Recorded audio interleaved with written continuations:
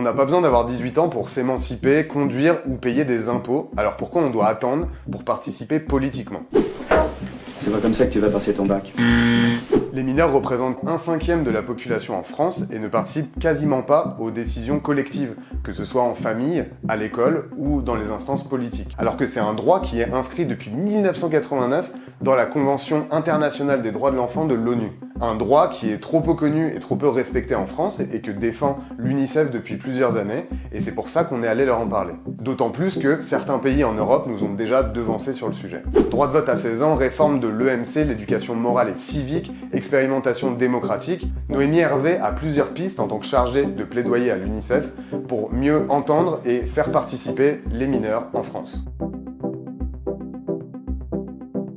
À l'UNICEF, le droit à la participation des enfants et des adolescents, c'est vraiment une priorité, à la fois à l'international mais aussi en France. On a trouvé que c'était important de porter véritablement un plaidoyer sur ce sujet, parce qu'on s'est rendu compte que la prise en compte de l'opinion des mineurs, ça restait un sujet qui était encore peu porté, c'était un droit qui est peu connu et donc peu effectif. Prendre en compte leur avis, c'est aussi mieux connaître leurs besoins, mieux connaître leurs préoccupations et pouvoir mettre en place des politiques publiques qui vont être, de façon durable, plus adaptées à leurs besoins. Nous, on défend plusieurs choses.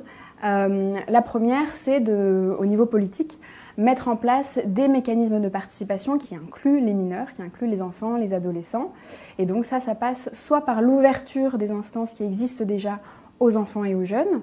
Ça peut être fait par exemple au CESE, il y a un droit de pétition qui a été abaissé à l'âge de 16 ans. Une autre proposition qu'on peut faire, c'est de réformer le Parlement des enfants et de créer une instance similaire au Sénat. C'est une instance qui existe au niveau de l'Assemblée nationale, qui est très peu connue et qui permet à des enfants de classe de CM2 de participer un petit peu à la vie politique, mais c'est plus un espace d'éducation civique qu'un vrai espace d'influence sur les politiques publiques. Ce qu'on propose aussi, c'est d'abaisser l'âge de la majorité électorale à 16 ans. Ce serait une mesure plus en adéquation avec la Convention internationale des droits de l'enfant. Les jeunes de 16 et 17 ans, aujourd'hui, ils sont déjà politisés. Là, il y a une opportunité, en plus, avec les élections européennes qui arrivent très bientôt. Ce qu'on voit au niveau européen, en tout cas, il y a déjà 5 pays dans lesquels c'est possible pour les jeunes de 16 et 17 ans de se prononcer lors de ces élections. Il y a l'Autriche, Malte, la Grèce, la Belgique et l'Allemagne. En France, c'est toujours pas possible.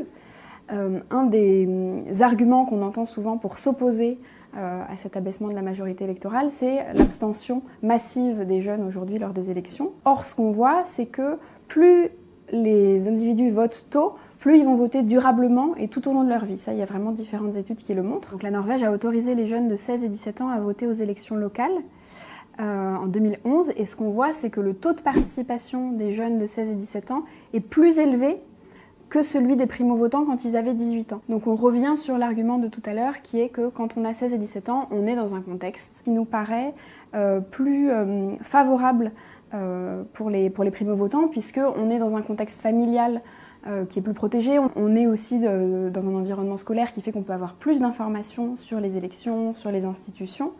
Et puis, en fait, l'abstention massive des jeunes, elle s'explique surtout par la mal-inscription. C'est vraiment la première raison pour laquelle les jeunes de 18 et 25 ans disent qu'ils ne vont pas voter parce qu'ils sont inscrits sur un endroit qui ne correspond pas à leur commune de résidence. C'est hyper intéressant de voir qu'en commençant plus tôt à participer aux décisions collectives, on politise mieux les générations futures. Sur la mal-inscription, on vous conseille d'ailleurs de checker notre vidéo avec Dorian Droy de À Voter, une association qui lutte contre le décrochage électoral des plus jeunes et des plus précaires.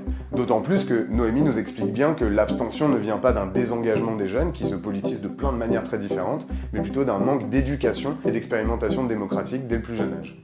Ils sont mobilisés, on le voit avec les manifestations, la signature de pétitions, la mobilisation en ligne, etc. Ils se détournent souvent des formes de participation politique institutionnelle, mais notamment parce qu'ils ne se sentent pas représentés, parce qu'ils ont l'impression que leurs intérêts et leurs préoccupations ne sont pas représentés.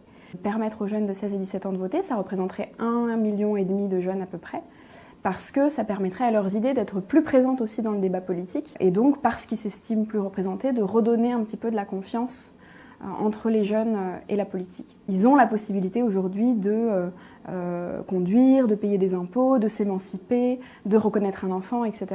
Et pourtant, on estime qu'ils ne sont pas assez capables pour choisir leurs représentants, alors qu'en réalité, ce n'est pas tant une question de capacité qu'une question de ressources. Donc ce qu'on propose, c'est aussi de réformer l'enseignement moral et civique pour permettre aux enfants de mieux comprendre le rôle des institutions et la place qu'ils peuvent y avoir en tant qu'enfants aujourd'hui et pas simplement en tant que futurs adultes. Et là, il y a une opportunité puisque cette réforme de l'EMC a été annoncée suite au Conseil national de la refondation. La participation, c'est pas uniquement dans des instances, il y a un enjeu aussi de créer une culture de la participation où une enfant puisse à la fois apprendre des choses sur le droit à la participation, mais expérimenter ce droit-là aussi dans sa vie quotidienne. Et nous, c'est quelque chose qu'on essaye de mettre en place à l'UNICEF. On essaie de faire en sorte que les enfants et les jeunes, ce soient pas uniquement des bénéficiaires de nos actions, mais bien des partenaires. Aujourd'hui, il y a un vrai intérêt pour cette question-là, mais ce qu'on voit aujourd'hui, c'est que c'est un sujet qui n'est pas prioritaire, qui est souvent pensé en termes d'éducation civique, donc comment on prépare les enfants et les jeunes à leur futur rôle de citoyens, plutôt que comment aujourd'hui on peut les écouter en tant qu'enfants, en tant que jeunes.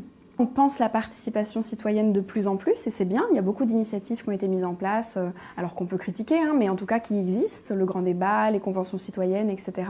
On pense en termes de vulnérabilité, donc comment on inclut différentes catégories socio-professionnelles, comment on a une répartition en termes de genre, etc. En tout cas, nous, ce qu'on perçoit à l'UNICEF France, c'est pas tant une crainte d'écouter ce que les enfants et les jeunes ont à dire, c'est plutôt qu'on n'y pense pas.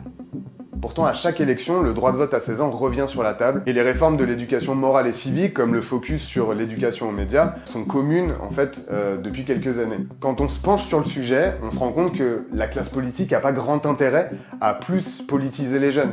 Les jeunes, quand ils se politisent, quand ils vont voter, ils sont plus radicaux, à droite comme à gauche. On espère quand même que ça va bouger dans les années à venir grâce à des plaidoyers comme ceux de l'UNICEF ou à des associations d'éducation populaire.